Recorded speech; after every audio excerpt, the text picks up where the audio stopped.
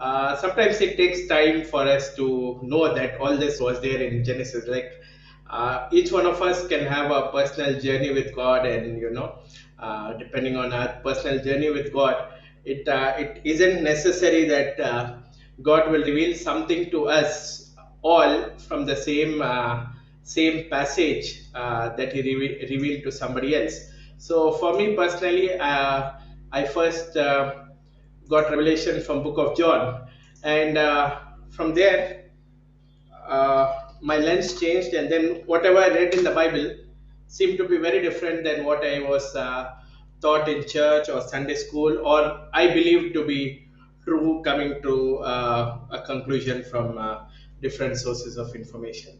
But nevertheless, it's good to read the entire Bible, and sometimes it feels like I must go beyond Abraham, Isaac, Jacob, you know. Uh, Egypt, wilderness, promised land, and preach. But then when I read the verse, I get stuck here in Genesis itself. So depends on each one of us in our personal journey. And if somebody is finding it really very difficult to understand what I'm sharing, there are three teachings on the Book of John on the YouTube channel. You can read that. You can check it out, and that will help you, much better. So today we are going to be reading from Genesis chapter 4. Okay.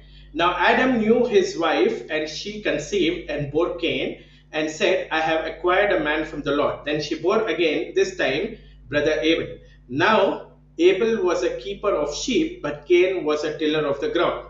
And in the process of time, it came to pass that Cain brought an offering of the fruit of the ground to the Lord. Abel was also bought of the firstborn of his flock and of their fat. And the Lord respected Abel and his offering, but he did not respect Cain and his offering. And Cain was very angry, and his countenance fell. Okay, so you see, many times because of our traditional okay, you see, many times because of our traditional way of thinking, I always thought, okay, God was angry with Adam and Eve when they sinned, and next thing God was angry was with Cain because he didn't bring a proper offering. If we read here in verse 5, it says, God did not respect Cain and his offering. So see, God did not respect Cain and the offering that he brought. So when it says God did not respect Cain, it doesn't mean God did not respect Cain as a person. Okay, because man looks at the outward appearance, God looks at the inner heart. So God did not respect the posture of Cain's heart when he was bringing the offering. Okay, and what we read here is that Cain was angry and his countenance fell. See, many times we are told God was angry. Okay, but the truth is Cain was angry and his countenance fell. Verse 6. So the Lord said to Cain, why are you angry, and why has your countenance fallen? You see, this is the thing, my friend. When we think God is angry, we will think God did not do the conversation. We think man initiated the conversation. But even in the garden, what do we see? When man fell, God came searching for Adam, and God is the one who is asking, Adam, where are you? Okay, it was never Adam asking God, where are you? Here also what we see, God is not angry, Cain is the one who is angry. And Cain, the Lord talks to Cain, and he says, he's doing a conversation with Cain, and he's saying, Cain, why are you angry, and why has your countenance fallen? That means God is asking Cain, hey Cain, your heart and your expression both have changed. And why are you angry, and why has your expression changed? Now God himself is giving the answer, because God knows why he got angry, and God knows why his countenance changed. So God is saying, if you do well, will not you be accepted? And if you do not do well, sin lies at the door, and its desire is for you, but you should rule over it. So there's something here we need to understand. Many times we only take the scripture in terms of offerings, or in terms of tithe, in terms of special offerings to church. But keeping that matter aside, I just want you to see what is happening here. Firstly, Cain and Abel in the process of time they bring an offering to the Lord. So when the Bible says process of time, mostly in the Hebrew it is written like at the end, at the end of age. Okay, that means there is a season. That means there is a season, as the Bible says. There's a season to sow, there's a season to reap, there's a season to work hard, there's a season to relax, you know. So this was not something that was continuing all the time, but this was a time when they brought the offering to the Lord. This was a time where they came before the Lord. And we see here God accepted Abel's offering, but God did not show respect towards Cain and his offering. At that time, Cain became angry and his countenance changed. The Lord said, hey, you have no good reason for you to be angry with me, and you have no good reason for your countenance to change. The sheer truth is that if you had done well, if you had done well, you would have been accepted. So when God is saying, will not you be accepted, he's talking about the posture of Cain's heart and also his offering. And then he says, if you do not do well. So what happens when you do not do well, okay, is that sin lies at the door. And the desire of sin is that it should rule over you. But it cannot rule over you till it gains access to you. So for sin to gain access to you, sin should find, okay, sin is waiting at the door. Sin is waiting at the door, and sin should find that you are not doing your best. Because when sin finds that your posture, the heart posture is not at its best, when sin finds that the heart is not aligned in its best, when sin finds that the heart posture is in a mode of observation, then a mode of transformation, or in a mode of worship, or a mode of participation, okay, then what is sin trying to do? Sin, its desire, the desire of sin is that it should ultimately rule over you. The desire of sin is it should ultimately rule over you. So God, sensing what Cain was going through and why Cain had done what he had done, God had issued a warning to Cain and told him, hey Cain, be careful, because looks like your heart is not the way it should be. Okay, the posture of your heart has changed. Okay, so the posture of your heart was not right the way you came. Okay, but when you saw that your brother's offering was accepted, when you saw that you were not accepted, it looks like the posture of your heart has become more evil. Okay, and I'm here to warn you and tell you that sin is crouching at the door. Okay, this word crouching was used for demons. Okay, so he's saying sin is waiting at the door with the ultimate motive that it will rule over you. And God, in his love, in his compassion, in his mercy, told Cain before itself, you should not allow it to rule over you, but you should rule over it. Okay, so we go on to see further what happened. Okay, in verse 8 it says, Cain talked with Abel his brother, and came to pass when they were in the field, it came to pass when they were in the field, that Cain rose up against his brother and killed him. That means what happened? When God spoke to Cain, sin was at the door. Okay, and God already warned him, Cain, careful, because by the posture of your heart, I can tell you that sin is at the door.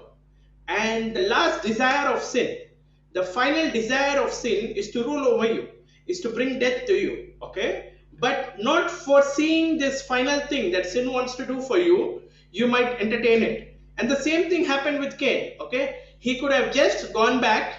Okay, the most simplest thing for Cain to do, my friends, was he could have just gone back. He could have bought another offering and he could have been accepted. Okay, but what did Cain do? Cain talked with his brother. He went into the field and he had this feeling of revenge, because of which he killed his brother.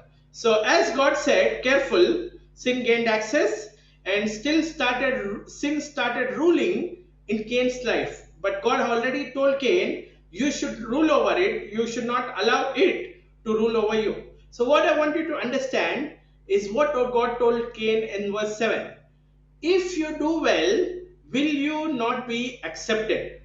If you do not do well, sin is crouching at the door, to rule over you. Okay, so I'm just going to show you something now, a few different versions to actually help us understand what was God trying to say. Okay, so if you see amplified, it says like this: if you do well, believing me. Why? Because for them to bring a better offering, Bible says in Hebrews, by faith Abel brought a better offering than Cain. For them to do a better thing, they needed to be actually believing. Okay, and doing what is acceptable and pleasing to me, will you not be accepted? And if you do not do well, that means what? If you ignore my instruction, sin crouches at your door to overpower you. Okay? Why does sin come at the door? To overpower us. But you must master it. Okay? So this is one nice version. Let me also read Amplified C same. So let me read CEB for you. Okay? It says, if you do the right thing, won't you be accepted? But if you don't do the right thing, sin will be waiting at the door ready to strike. It will entice you, but you must rule over it. Okay, so what does sin do? It tries to entice us, it tries to empower us.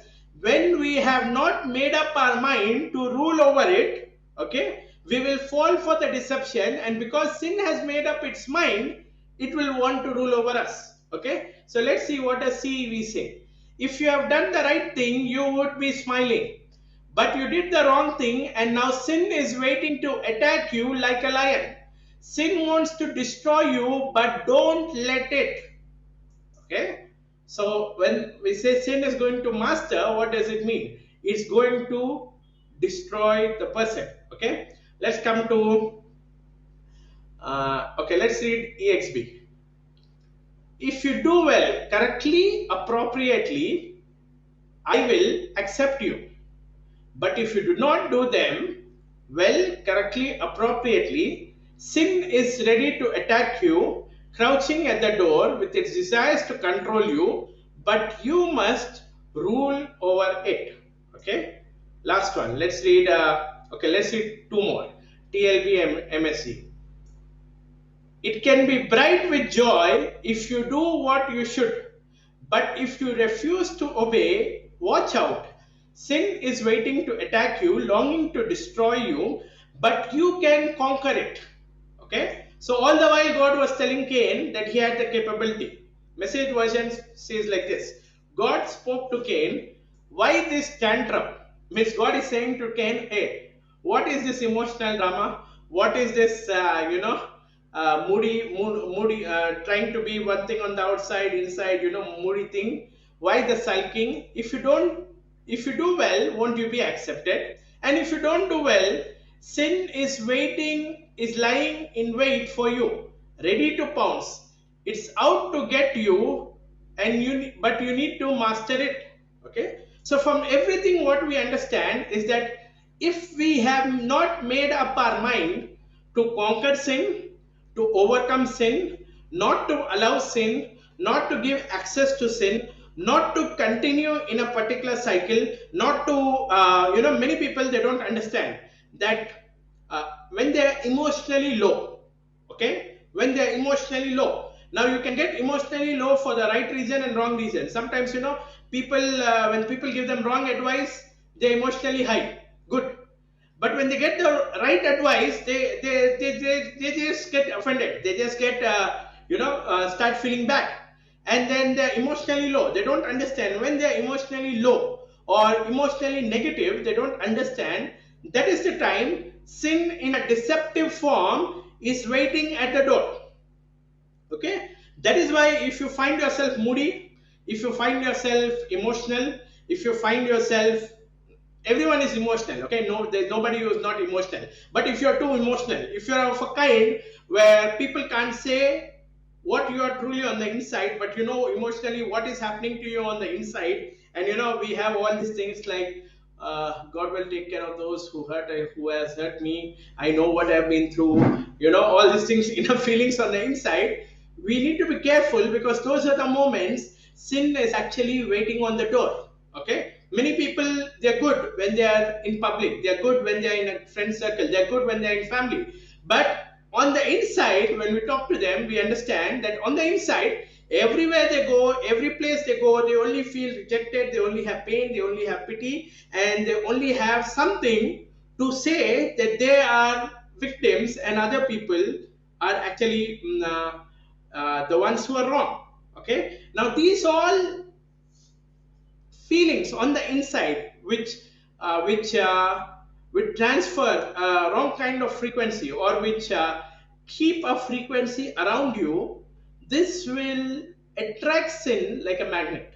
This will open the door to sin and say, hey sin, come, come, come, come, come, sit with me, talk to me, comfort me a little, make me feel good. They don't understand, sin never comes to only come and comfort you. Sin never comes to only talk well with you, not to only coax you. It comes to rule over you, it comes to overpower you, it comes to destroy you. So, one word what God told Cain was that if you do well, if you do well, okay, that one phrase can be translated as if you do your best, if you do what is needful, if you do what needs to be done, if you do what is the most important, okay, it says, why will you not be accepted? That means, this is to each one of us personally, because no past we all can come to church, be part of ministry, we can be connected to so many pastors, so many men of God, different things. But at a personal level, between you and the Lord, if you know you are not doing your best, if you know you're not giving the right priority to the things that you need to give a priority to. And it's not only about priority, because this word priority has been used so many times that now when we say priority, people say, yeah, yeah, yeah, God is one in my life, God is the number one person in my life, prayer is the number one thing in my life. We can say like that, but then we need to understand, am I doing my best?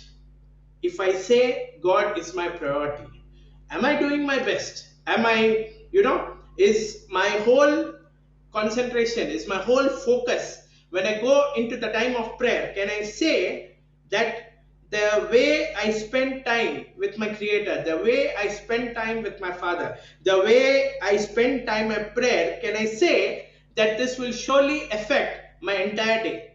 I might not, I might be doing a job for 8 hours, I might be teaching people for 6 hours, I might be, I might be a music teacher for 12 hours. All that is very different.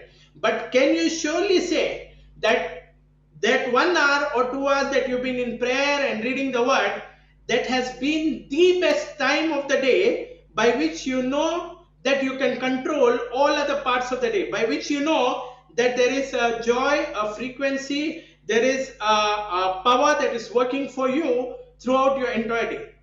If you can't testify of that personally unto yourself, then that means you're not doing your best. That means you're not doing your best. It's not in the quantity of time, my friend. It's not in the quantity of time.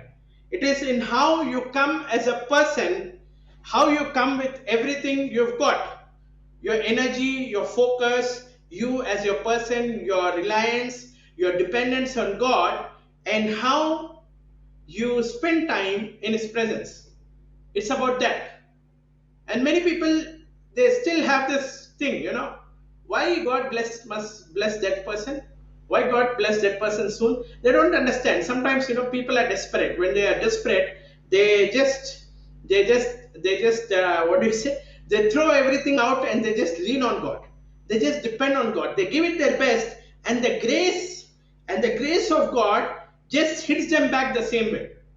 Okay, we all know about a bouncing ball. Okay, like when I was small, I seen it. Nowadays I don't see children playing with it, but initially it was not there when we were small.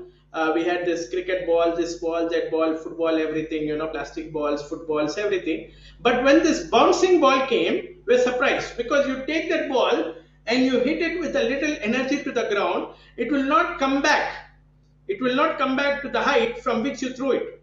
it will go to a greater height from than what you threw it from. The same is a direct relation between grace and us. Okay, many people don't depend on the grace of God. Many people don't yield themselves completely. Many people don't do their best in times of prayer, don't do their best when it comes to the things of God, because they are self-reliant. They're self-reliant. Okay, but when we see somebody else, okay, irrespective of his past, irrespective of his immediate past, sometimes we know somebody, who's in a bad relationship. Sometimes we know somebody who is still drinking. Sometimes we know somebody who is still caught up in a particular cycle of sin. And suddenly we see, hey, this guy's come up with a testimony, and I've been so good, I've been so, nothing's happening to me. Okay, we don't understand that, at least that man knows his helplessness. So, like a bouncing ball, he just falls. He thinks he's a ball and he falls on the grace of God. But then the grace transforms him like a bouncing ball and he just bounces up in life. Okay? But many of us, after a certain walk with God, okay, whether it's the word, we no longer desire the word like we desire food. Okay, we no longer wait on the word to get something that will satisfy us. If we got information, that's it. Okay, I've read it. I've read 2 chapters today. I've read 4 chapters today. I've read 10 verses today. Oh my God! Now I have been reading 3 months Bible consistently every day. I should be out of guilt now. Okay, we don't understand. It's not what we do on the outside. Okay, it's something on the inside. If we do our best from the inside, we will not sin cannot be entertained outside our door. Okay, and you need to understand this. In Revelation it says, Jesus himself says, behold, I stand at the door and knock. Okay, so we can be actually doing our best to open the door to the voice of Jesus, to the instruction of Jesus, or we can be doing our best, not doing our best, and then sin is lying at the door. Okay, some things to understand from the offering of Cain and Abel. Okay, as I was sharing, it's not about non-veg and veg. It's not about, my first understanding was non-veg is very costly, so Abel bought non-veg, and veg is not so costly, so Cain bought veg. So that's the reason God rejected, because Abel bought costlier thing than Cain's cheaper thing. But it's not about that. Hebrews says, by faith Abel bought a better offering. That means what?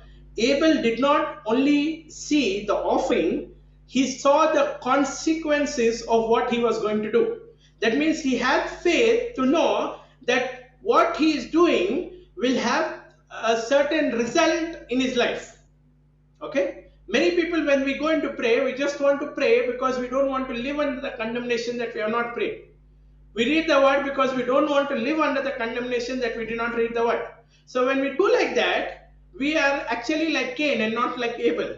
Because when we go by faith, we have an expectancy of what good will come for us out of this in the tomorrow. Okay? Other thing I want you to understand between Cain's offering and Abel's offering. Abel's offering was very specific. He wanted to give the first fruit, the first flock, and he wanted to give the best. Bible says he gave their fat. Okay? Cain's offering, it's not that he did not give the best, but it can be termed as common. Okay? As I always say, the opposite of holy is not unholy. The opposite of holy is common. Okay? How should I explain this to you? It's like this. When the angels are saying holy, holy, holy, what they are saying? That there is no one like the one who is our Father, who is our Father, not Father to them, like the Creator. Okay? And every time they see him in a different way. And they are worshipping holy, holy, holy. Now we are also saying holy, holy, holy. But the reason we are saying holy, holy, holy is because by revelation we come to know that he is a God who is great, mighty, unique. He is omnipresent, omnipowerful, everything. But then he is a God who is set apart unto us.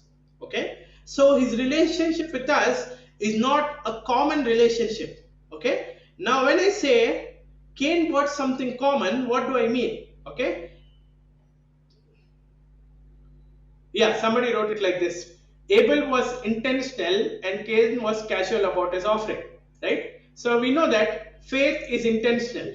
Faith is intentional. And not being intentional means you do not have faith. Okay, now it not necessarily be faith for the harvest, but faith for everything God said that you will go into. Because before this we read that God already gave a promise. He said, your seed will crush the seed of the serpent. God already released the promise. Okay, so Abel, Hebrews says, by faith Abel. Okay, if you go to 1 Jude, there you will understand that among the people who are caught up by greed, idolatry, and all, the first person's name mentioned in 1 Jude chapter 11, even before Balaam and others, the first person's name mentioned in 1 Jude will be the name of Cain, will be the name of Cain. It says, after mentioning Cain, it talks about the greed of Balaam, and then it talks about the rebellion of Korah. So that means there was something on the inside of Cain that he took it very casually. Okay, and I'll just spend one more minute to explain this to you. When I say his offering was not holy, what do I mean? Is that Abel had set up his heart, or Abel had already made up in his heart that he will give the first and he will give the fat. That's the first and the best. Now, Cain didn't have anything specific like that. He just got the produce, he bought it. That means he didn't care whether it was good, he didn't care it was bad, he didn't care whether it was the carrot or he didn't care it was the bitter gourd, he didn't care about the quality, he didn't care about the quantity, he didn't care about anything. Meaning to say, all that mattered for him was, okay, this act of going and giving an offering, let's finish it off. Let's finish it off. And to those who are mature believers, I don't think anybody is a newborn here, okay, or a new convert here. So once, initially in a journey with God, there are many things like this, my friend. Like, when we don't pray, certain days it's fine. God's grace is there. When we don't read the word, certain days it's fine. God's grace is there. Sometimes you don't feel like reading the Bible, you tune into YouTube, you hear somebody's sermon, it's fine. Okay? And all these are fine initially. But then there comes a stage in your spiritual life where you need to mature. Okay? And where you need to not only have the meat of revelation, but your perspective of life, your responsibility towards the kingdom needs to be a mature response. Okay? When you understand this, you will understand, hey, every day something important is going to come, every day something urgent is going to come, every day there is going to be an overload of work, every day people are going to call me, every day people are going to send me messages, everybody in the world is expecting me to respond to them. But then, the most important relationship in my life is with my father. And the most important time is the time I spend as a set apart time. Okay? And then when you set apart and you say, okay, every day night, 1 hour before sleeping, or every day morning as soon as I wake up. Okay? When you set it apart, okay, it's holy. When you say, okay, if I get up tomorrow early, I will pray. If nothing comes up in the morning, I will pray. Then what you are saying is, you are talking like Cain. You are saying, whatever comes the way, as it comes, let me see. And at some point in our life, all of us have to draw a boundary. All of us need to have checkpoints. All of us need to have a self-imposed discipline. All of us need to have a certain way of knowing, hey, I am set apart. My lifestyle is a set apart lifestyle. Sometimes, like, better example, somebody might have money, but morning they might get up Sunday morning and they might feel real lazy to go to church. Okay, not apart from this COVID context of whatever first wave, second wave thing. Apart from this, I'm saying. So he might every Sunday want to go based on his feeling of whether he wants to go or not, doesn't want to go. Now that is what is mentioned as normalcy, wherein you have not decided to do your best for God or do the best with what you can do, your time, your resources, or anything, but then you want to live, or you want to be part of the tradition, you want to be part of the culture, you want to be part of the custom, you want to be part of the habit, as and how things go in your life. Okay, when you do like that, you will understand that you are more or less behaving like Cain. Okay, you're just bringing what is normal, you're just doing what is normal. Okay, and many people get offended here, even in their journey with God, and even in their journey in ministry. Many people got offended because after some time, each one of us, because we are not of the flesh, but we are living in the flesh, we tend to think that we have an entitlement towards, we have an entitlement to behave the way we are behaving. Okay, and this is God's word. He says, if you do your best, why will you not be accepted? Okay, many times people say, brother, I'm praying. My breakthrough is not coming. It's happening for everyone else. It's not happening for me. That thing happening for everyone else, not happening for every me, actually says that you're not doing best, but because somebody, you just saw their harvest, you said just saw their breakthrough, and you did not see their private moments, you did not see their seed, you did not see their what they've been through, you did not see their stand for God. You're just saying, they got it, I didn't get it.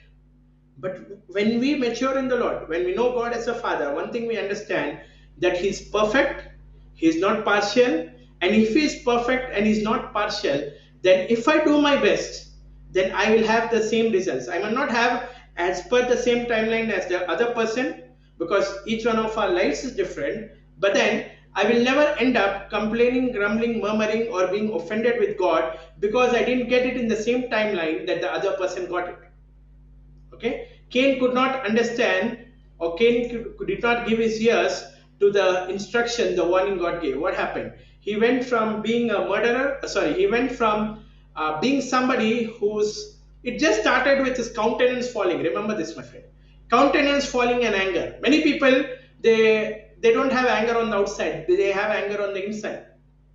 Okay, when we say anger, it's about the inner thing. Remember, many people, they have anger on the inside, they are very moody on the inside, their countenance is fallen. They don't understand that what the state in which they are, if they are not going to change themselves in that state, they are going to give an access to sin to come, rule, conquer, have dominion over them and master them. But God already told Cain, hey, you should not allow it to master you, you must master it. And Cain did not understand that. Cain did not heed to the instruction. What happened? He went from being a jealous guy to becoming a murderer, from being a murderer to becoming a wanderer, to becoming somebody who was cursed. And we see in his entire lineage, like yesterday we seen, okay, yesterday we saw the image that's right now circulating in WhatsApp. Okay, we seen that how entire of Cain's line was so corrupt. Why? Because it multiplied through, remember, it multiplied through his heart more than his blood. It multiplied through his heart. Okay, and that's why all of us need to understand this. Even when we are maturing, even when we are growing in a Christian walk, okay, we will be in churches, we will be in ministries, and as I always tell people, if there's something different about me this last 7 years than the first 7 years when I served God, when the first 7 years I served God when I was in a teenage and 20s, it was always about seeing how other people are not doing their best and how I am doing my best. Okay, now it's no longer like that, because now I understood, okay, why did Cain compare himself with Abel? Reason was he was not doing his best, and that's why he was comparing himself with Abel. Why did Judas get angry with the woman who broke the alabaster box? Okay, why did he get angry? Because she did something what Judas was not doing. And whenever we see somebody doing something for God that we are not able to do, whenever we see somebody doing something for the kingdom, something in the church, something in the society which we are not doing, remember this, the easiest way not to have what they have is to have feelings of dishonor and disrespect towards them. And the easiest way to have what they have is to have honor and respect towards them. If Cain would have respected, oh, being my younger brother, he did better, okay? And if he would have learned, he would never be wandering, he would never be cursed, he would never go to a point where sin became his master. But instead of learning, what did he do? He just did not heed that. He just needed to do his best, my friend. He just needed to go back, get an animal, give it as a sacrifice. But he chose to trust in his sweat. He chose to trust in his self righteousness, and that brought his destruction. Even as we are over the call today, just close our eyes. And I just want you to personally think about your own walk with the Lord. Forget thinking about everyone else, my friend, because it's not about everyone else. First, it's about you and God. And can you say, I have done well? Can you say, my heart posture is right? Can you say, I do my best when it comes to anything between me and the Lord? Whether it's hearing His voice, following His instruction, praying to Him, spending time in His presence. Can you say, I do my best? If you can say, I do my best, then with humility, you can ask God for more grace. If you recognize that you are not doing your best, today is the day. You can have a change of mind. You can have a change of mind. I'm not asking you to pray 20 hours in the day. Okay, we cannot, because we are in the world. We need to work, we need to take care of family, we all have our own responsibilities to do. But what I'm asking you is that 1 hour, that 2 hours, or whatever time, is it the best that you give? Can the influence, can the effect, can the intimacy you feel in that time, can the impact that time has on you, does it affect the way you behave, the way you do things throughout the other times of the day? If not, you can just ask God, God, I understand I've been allowing sin to be at the door, and I would not like to continue the same way. Bible says He gives more grace to the humble, and the humble are those who recognize their weakness, who recognize they are angry on the inside, who recognize that their countenance, if not before men, at least before the Lord, their countenance is not true. It's not a countenance of joy. And God is able to give you grace and strength and heal you on the inside and make you whole and give you strength to do His will, my friend. Father, I pray for everyone over this call, by the incorruptible blood of your Son Jesus and by the resurrection power of the Spirit. I speak grace upon their life. I speak healing upon their life. I speak wholeness upon their life. I speak blessing and prosperity over their life. And I pray, Father, that you will lead them and guide them by your voice, Father, that they will be sensitive to hear your still small voice and to do everything that you command them to do, Father. In Jesus' name I pray.